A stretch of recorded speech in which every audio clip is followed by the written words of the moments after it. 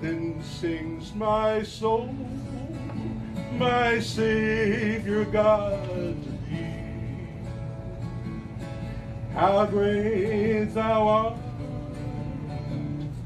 how great thou art. When Jack passed away, I think that it kind of came to a shock to all of us, because at 96 years old and the remarkable life that he led, we just were not expecting him to ever leave us and leave our family.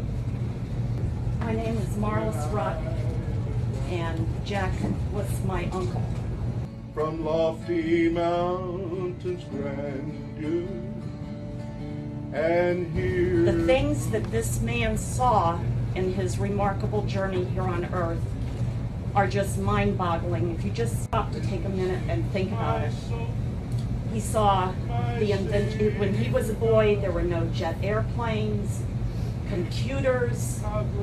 All of these things that we take for granted today are all things that Jack saw.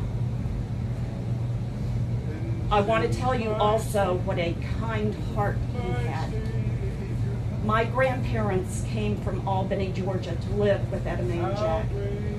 And that is not an easy task to fulfill, especially for a son-in-law.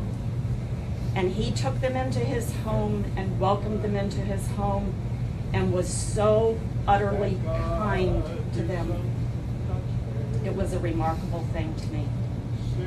When I talked to Jack on the 4th of July on his 96th birthday, I said to him, "Uncle Jack, how does it feel to be 96 years old?"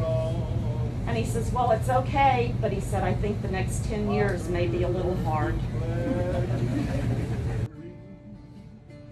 He bled and died to take away.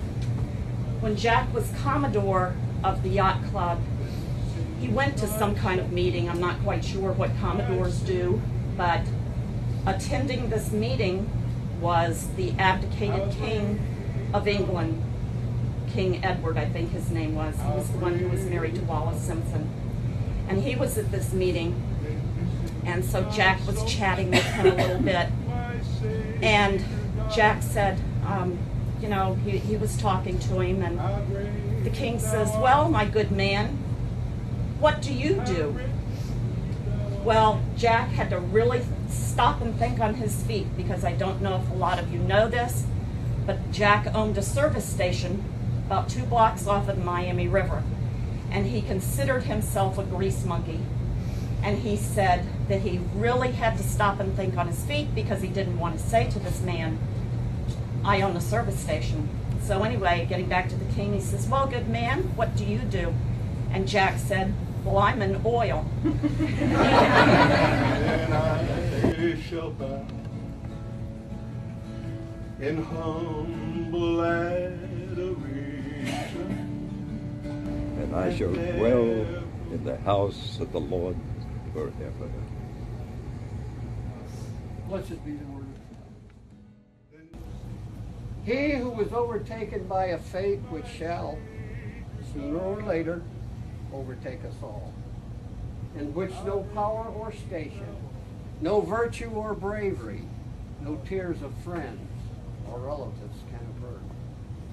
Teaching an impressive lesson, continually repeated but as soon forgotten, that it is for each one of us, ere long, to pass through the valley of the shadow of death and into the land of silence.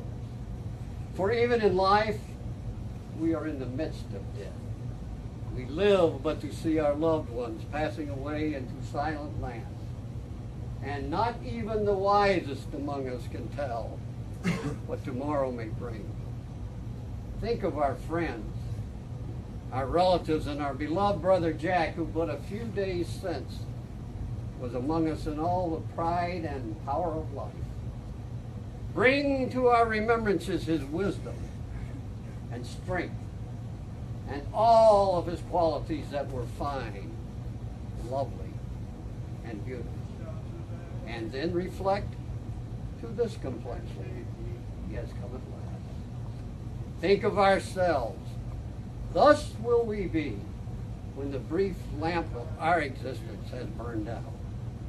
Our lives are like the beautiful flowers which bloom today and tomorrow are faded and cast aside. And there Now, will Lord, be we pray for thy hand to lead us in all our paths. how great thou art. And when the journey of life is ended, Then sings my the soul, dark valley, my Savior God, to thee. welcome us to the house not seen with hands. How great thou art. How great thou art. Then sings my soul, my Savior God, to thee. How great thou art. How great thou